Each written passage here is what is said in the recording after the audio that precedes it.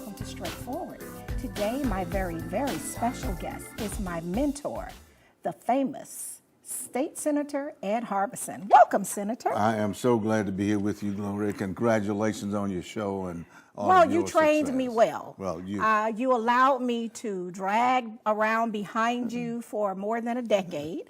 I was your sidekick on the radio, which is your legendary show, Magic Talk. Yes. And of course, you started that way before, I ever became the sidekick. And I remember when I first met you, you were at over on Cody Road, which is now University. And it was you and Edgar Champagne, and it was Heart to Heart Magic Talk. That's and right. we would turn it on. I had my business there at Mission Square, and we would listen, and people called in, and just some wonderful community conversations. Yeah.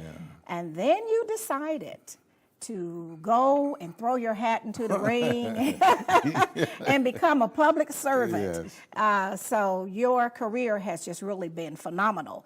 But I think that one little known Black history fact is that you were actually a news anchor here at NBC. Yes, in 1982. And at the time, the newspaper said I was the first Black anchor in Columbus.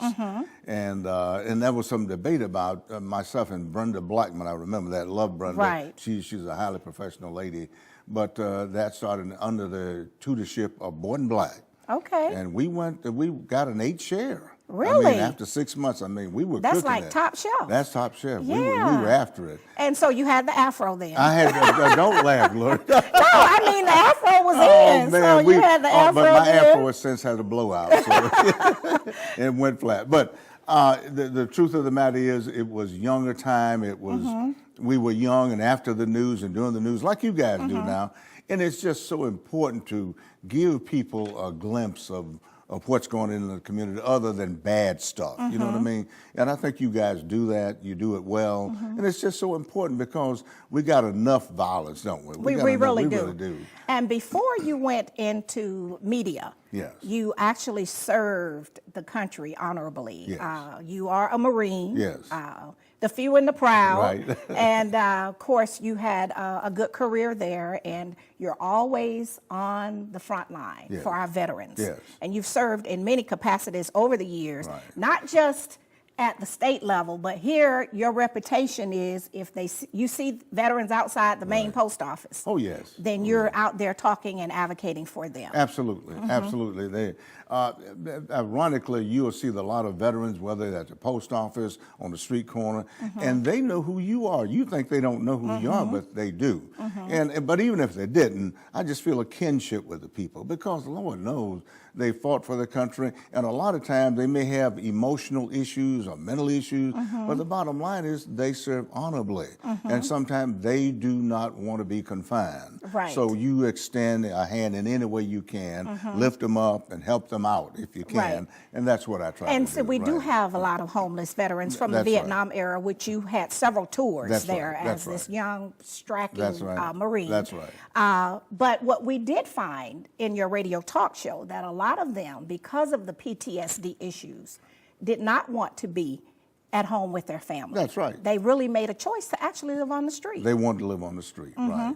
And I know at one time there was an organization that every year, I think they still do it because I always participate in it, they try to feed the hungry. The other people, the motorcycle group at one time. Right, the homeless veterans stand down. They have that annually, and some others. And I think all of that should come together. But one of the biggest problems, Gloria, in our veterans arena is that there's a lot of activity going on, but it's not under one umbrella. People don't know about other people helping veterans. Right, So the right didn't know what the left hand was doing. And if we could just get it all coordinated, then we could probably serve our veterans better. Right. I serve on the Returning Veteran Task Force right now as a former chairman of the Veterans Military and Homeland Security Committee. I'm still the vice chair of that committee, although now I chair the State Institutions Committee. I'm over all the prisons and that kind of thing. Oh, really? It's a step up. So okay. That's a great opportunity for me to help veterans and at the same time keep an eye on what we're doing at the federal level and at the state level and try to bring it together so we have a great resource of outreach for our veterans when they come home. Well, and you said something very important. I remember you introduced a bill at one point. We do have veterans that have PTSD issues. And I do know for a fact, because I did an interview at the jail here in Muscogee County, and they have the veterans dorm. That's right. But also in the state prisons, yes. we have a lot of our veterans that have PTSD issues, substance, and other things that end them up there. But you were trying to actually put something in place that could be helpful, that might protect them. Right. As a matter of fact, what I believe last year we passed one of the biggest bills for veterans. That was a bill that established veterans courts in the state of Georgia, not just in Muskogee or other isolated areas of the states or cities. It sets up a standard for veterans courts. You may have a veterans court where they go by and they've had problems with readjustment, they've had problems with their spouses and things like that. And if it's not something like rape, riot, or robbery, the judges will work with them. But they must adhere to certain stringent guidelines in order to be reabsorbed back in society. In other words, given a second chance. Exactly, and treatment instead of just punishment. That's right. Because as you know, you had several tours to Vietnam, and we always tease that Miss Rebecca had her own set of angels watching over you. By the grace of God. Absolutely. And so when they come back, they're still dealing with, in their minds, some of those war issues. And so instead of us punishing them, we're trying to help treat them and help them to regain their life and move forward. And that's Gloria, a lot of times you'll find the veterans, they don't want to talk. They don't want to talk. They don't want to come right home and the wife says, well, how did your day go? Innocent enough, but the guy or the woman, whoever it is, may not want to talk. So if you wait, they withdraw. They're withdrawn. And they may stay that way. They don't want to engage in dialogue with the children because they left from a high adrenaline rush area into a more serene area of home where you communicate in a more calm manner. But a lot of problems with that. A lot of veterans have recurrent dreams. They're getting limbs blown off. They got partners who die in combat and things like that. Well, that present a lot of readjustment in somebody's mind in order to, become and resume a productive place in society. Because they're flying in here. They come into Lawson Airfield. That's right. They're there for this small debriefing, and then they go back home to their families. That's right. Now, Fort Benning and a lot of other military installations, they're doing something about it. They engage the soldiers. They're learning from the Vietnam veterans of what happened to us. We landed at Treasure Island, or where we came back to, and we got off the plane, hung up your AR-15 or 16, put your guns aside, walked in society and told, don't wear your uniform. Really? You're encouraged not to wear your uniform because it was, quote, a disgrace because you were, quote, baby killer, you did all this stuff over there. But the bottom line is now we knew that was a mistake, and but that was where the country was at this time. We were trying to disengage from Vietnam, and there were a lot of concurrent views about it with being bad war, unprovoked war. We were doing things over there that your mama would be ashamed of, that kind of thing. But essentially, I would say that, especially here in the South, we maintain a patriotic point of view, a perspective that we would respect our veterans, hold them up because they did what they were ordered to do. Exactly. And if they didn't, then they could be put in jail. Absolutely. I mean, and so. But what we're going to do right now, Senator, we're going to take a break, go to our sponsors, and then we're going to come back and talk about this great career that you've had as a public servant. Thank you. All right. We'll be right back after word from some of our sponsors.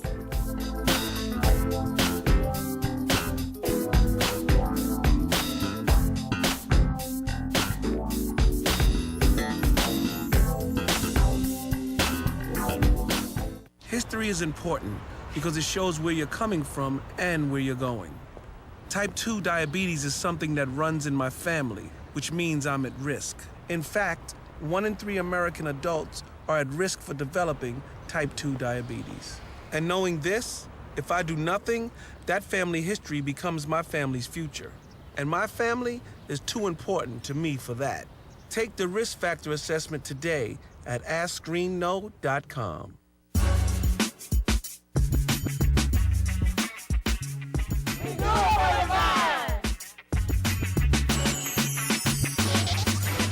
We do it for the bird.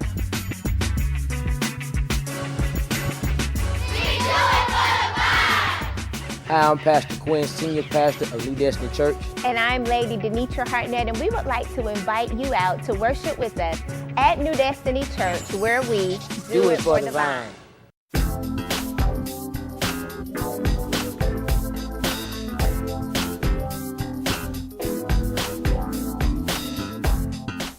Welcome back to Straightforward. I'm continuing my conversation with my mentor and friend, State Senator Ed Harbison.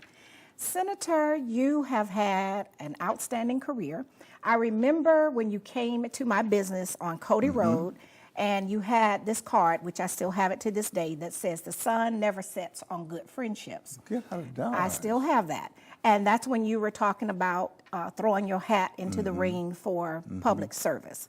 So I would like for you to share with young people. I think some of them aspire to be public servants, but they think they can automatically start at the top.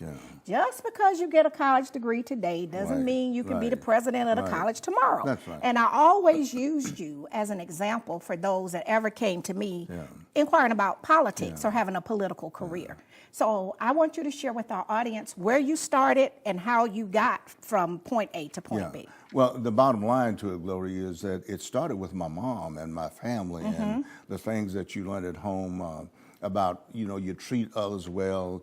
You don't backstab somebody as soon as they walk away from a conversation. You bad talk them. I mean, just you do unto others as you would have them do unto you, not do unto them before they do unto you. Not the rule of the street. That's right. Right. But I mean, the rule of the good book. And it was applied from my Aunt Beulah to my mother Rebecca the famous to my Aunt grandmother Beulah that always showed up in time of need. There's a book in her somewhere. That lady actually would give up her job to come home and take care of her sister or mama or whoever. Family was important. Family member, until they either got well or they died. And those people poured into you, and that is how you've been able to walk in public service the way that you do. Absolutely. So I started in radio at WOKS.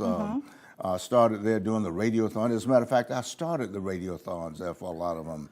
For the NAACP and the Continental Society at the time, the Rose Standback. I started that at WOKS and those things. And then we did the Christmas toy thing that we give away, where we give away hundreds of bicycles. To the needy kids. And they're still doing that today over at Davis. Not that I started that part of it. No, but you were a part of that, that's exactly that era. Right. And I enjoyed it. Myself and Abraham Williams, who lived in Phoenix City, would go around in the apartments over there in Phoenix City and give away Christmas gifts. And to me, that was the greatest thing.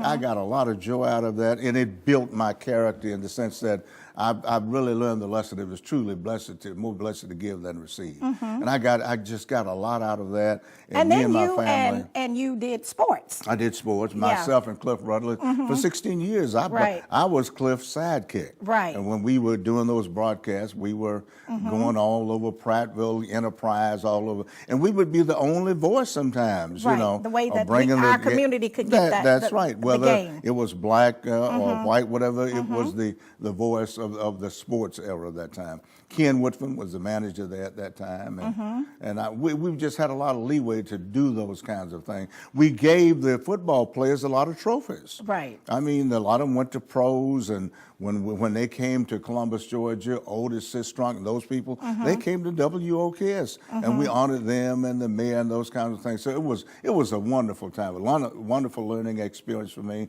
and I connected with the community in that context. When I came here, I came as a news director, but I came from Atlanta, and I'd been trained in Atlanta, and I won't tell that joke about it. No, they want to know who's that guy, but I won't say exactly what they said. But the bottom line to it was that that's how it started. I sat and ate peas and cornbread with a lot of people.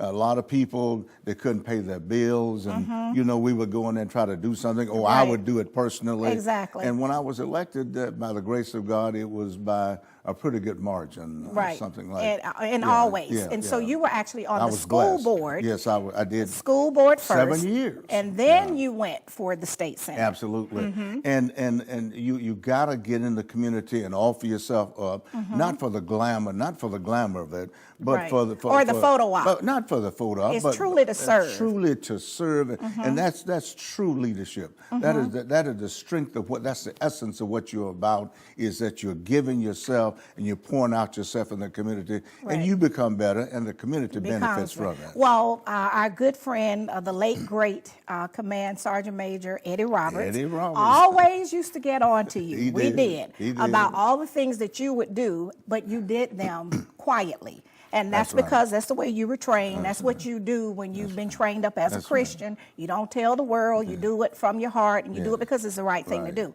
But we would always get on to you about that. It's like, you know what? Sometimes you're going to have to let people know. So when it's time, you know, when your cycle is up and you have to be reelected, folks will know that you've actually been out there working for people. Absolutely.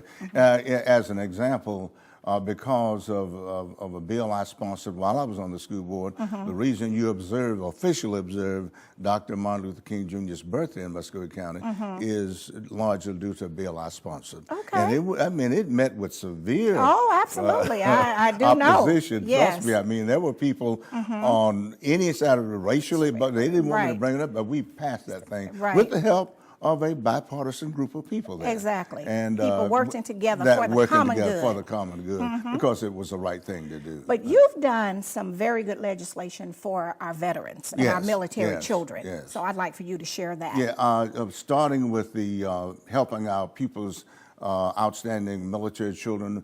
It's a bill that says if a child is in Kansas, he comes to Georgia, that child will not be subject to a lot of red tape, will not have to go through all those barriers.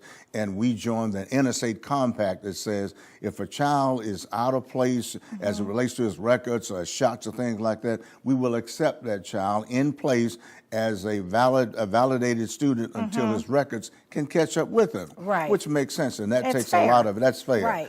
If the mother or the father is deployed, we make sure that they are taken care of back here. That's what that particular bill did. Another one was the Purple Heart Bill. We did the Purple Heart Bill that made Georgia a Purple Heart state. Another bill we did was that says that they get the free license plates for the veterans. For the veterans. I mean, I can't name all the bills. Right, it's and I know you've done a lot. It's just a but bunch at one of them, point, it was active duty. I remember it was a young soldier. His wife reached out to you, and you worked very, very hard on that. You didn't want to talk about it publicly, but it should have been talked about publicly. The young man, it's just almost a tragic situation. It was crazy. The guy was a ranger, and he had been Iraq or one of those countries where we had conflict.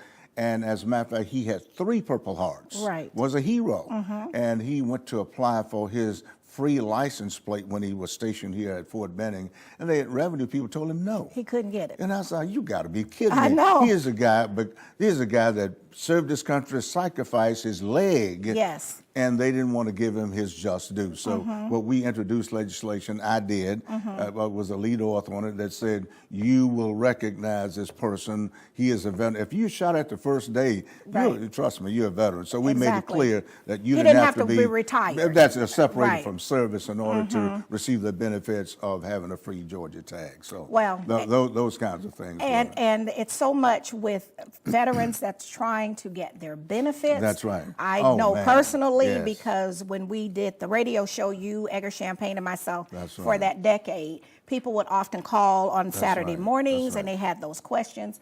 And I remember you giving advice, and I think they get confused about how that process works. You got that one. Yeah, where you're talking to too many people and it's like going back to square one. That's right. Right. The bottom line, and you always reminded them that, listen, if you've got something going with the Veterans Administration, you ask Sanford Bishop or Calvin Smyre or Kelvin Hugler, whomever, or Senator Harbison, or Richard Smith or Ed Harbison to intervene for you the first time, that's fine. Right. Keep that ball rolling and floating. But if you go and ask 3 or 4 more people, guess what happened? It goes back to square one to be re-examined, right. and consequently you lose a place or you stop the forward momentum. Right. So unfortunately, that's the way it is. Right. So be patient, but be persistent. Exactly. Be persistent. Don't give it up. Go back to that same person if you have to, and sort of get a balance of where you are, right. a perspective of where you are, I should say. Right. And a lot of times it'll move ahead faster. Right now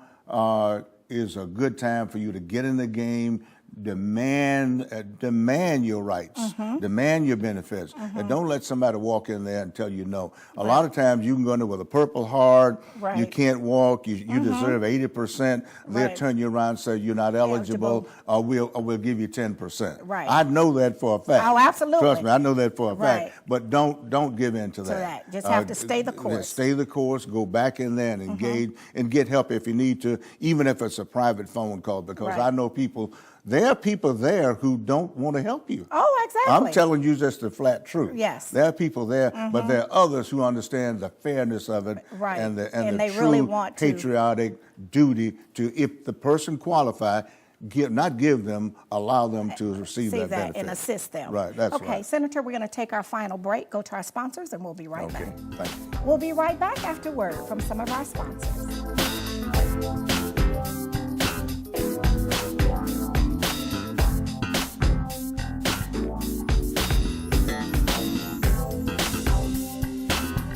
Straightforward is brought to you by Warrior Outreach. Contact Command Sergeant Major Retired Sam Rhodes or Kathy Rhodes.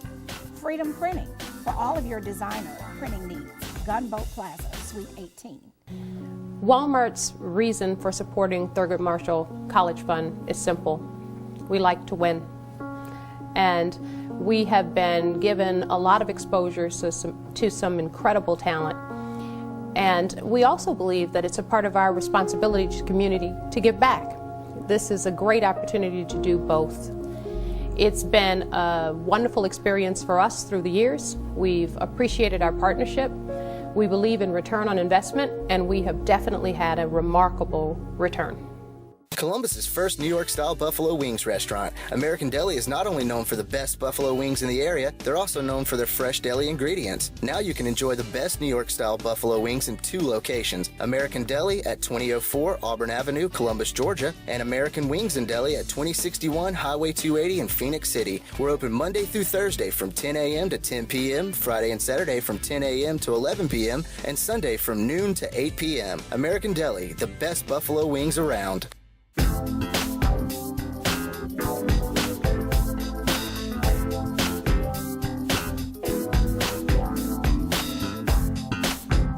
Welcome back to Straightforward. I'm continuing my conversation with my mentor and friend, State Senator Ed Harbison.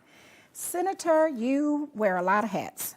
You are an outstanding son, because I know Miss Rebecca, and you have her all dressed up. The first time I met her, she was dressed up at the Trade Center and looking so young, I didn't realize she was your mother. No, really. She has really kept herself with having that many children. Well, how many is it? It's 9. 9 kids. Yeah. I mean, and she still has her nice figure and taking good care of herself. And I always tease you that even her sneakers matched her outfit. So definitely she's a trendsetter. There you go. And of course, we lost the late, great, we didn't lose her. We know where she is, Cecilia Harbison. Right. A great educator, a wonderful mentor to my child. To your child. Oh, yes. She knew him from when he was in private Christian school and even when he went away to college. Other than the parent can deal with the child. Oh, and when he was in college, he would be calling her and you don't know and didn't know anything about it. That's a good thing. Because she had such love and wisdom that he felt good, with her. So now you have these fabulous grandchildren. Yes. The boys are almost leaving home. That's right. And so you got to buy all these cars, because Granddaddy can do it. We don't have to. Granddaddy's got all this money. And we don't have. We have to convince Mom and Dad, but we can make sure that Granddad does that. That's right. So how is the family now? Wonderful. We just keeping God at the center. Of course, the son is out, you know, doing his thing in the fatherhood program. Yes. And he's just Great got program. married. Great program. And wonderful wife. She's Wonderful very wife. beautiful, and we all signed Wonderful. off on her. and- You all signed- Yeah, we were like, wow, Cecilia would be happy with we got this. to check her out. Oh, but yeah, she's she passed she's the sterling. litmus That's test. right. Yes, Wonderful. yes, she did. Yeah. And she loves doing what she's doing with the clientele she has. She loves doing So that. she's an and helping, OBGYN. that's exactly right. Right. Helping young ladies. One grandson is in the ROTC program. Really? And I think he wants to go to the military. Wow. But I told him, don't go to the Marine Corps, go to the Air Force. Because the Marines are first in on everything. Well, so, you know, yeah, we Granddad chose- wants him to be safe. Right. We'll support him whichever he does. I know you will. And then the other grandson wants to go to, he's headed to college. Wow. Another one is headed to a college out in Arizona, Jalen is. Really? And the granddaughter, you know, she's there. She's the princess. That's my little princess. Oh, the only girl. That's right, Yeah, that's right. yeah. And just a nice, and the greatest thing I think you can say about your children or your grandchildren is that they're good kids. Yes. By the grace of God. Absolutely. By the grace of God now. Absolutely. I'm not saying they with blinders on like they won't do anything wrong. Exactly. That's not what it's meant to Exactly. be, And right? that's why you don't mind those calls where Granddaddy, That's right. you're going to have to That's buy me right. this Corvette That's to go to college. That's exactly So you're going right. to get prepared for that. Will I ever retire? No, you can forget that. But No. But going back to some of the things you said about the veterans, they really deserve the things that you say about Right. them, and all of us do. We can't do enough for them. There's a lot of veteran organizations, the VFW, DAV. Right. I could name the people. They do this bingo, and I've introduced a bingo bill to help them raise the funds in order to be able to hire drivers to take them back and forth to Tuskegee, Montgomery, and Atlanta. Absolutely. And right now there's a ceiling per week of like $1,500. We're trying to raise that to $5,000. Okay. What they're doing, they're competing with like Montgomery, Alabama. Montgomery has a casino. Montgomery has this, and Right. they are like $25,000. Right. But incrementally, I think we'll be able to catch up and provide the kind of service that we need for our over veterans, here. right? Because That's that right. has been a problem over the years, and That's you've right. heard it on their radio That's right. show where they would call in and say where we needed volunteers right. to drive these vans That's right. to take our veterans to get the care that they deserve. That's right. That's you right. know.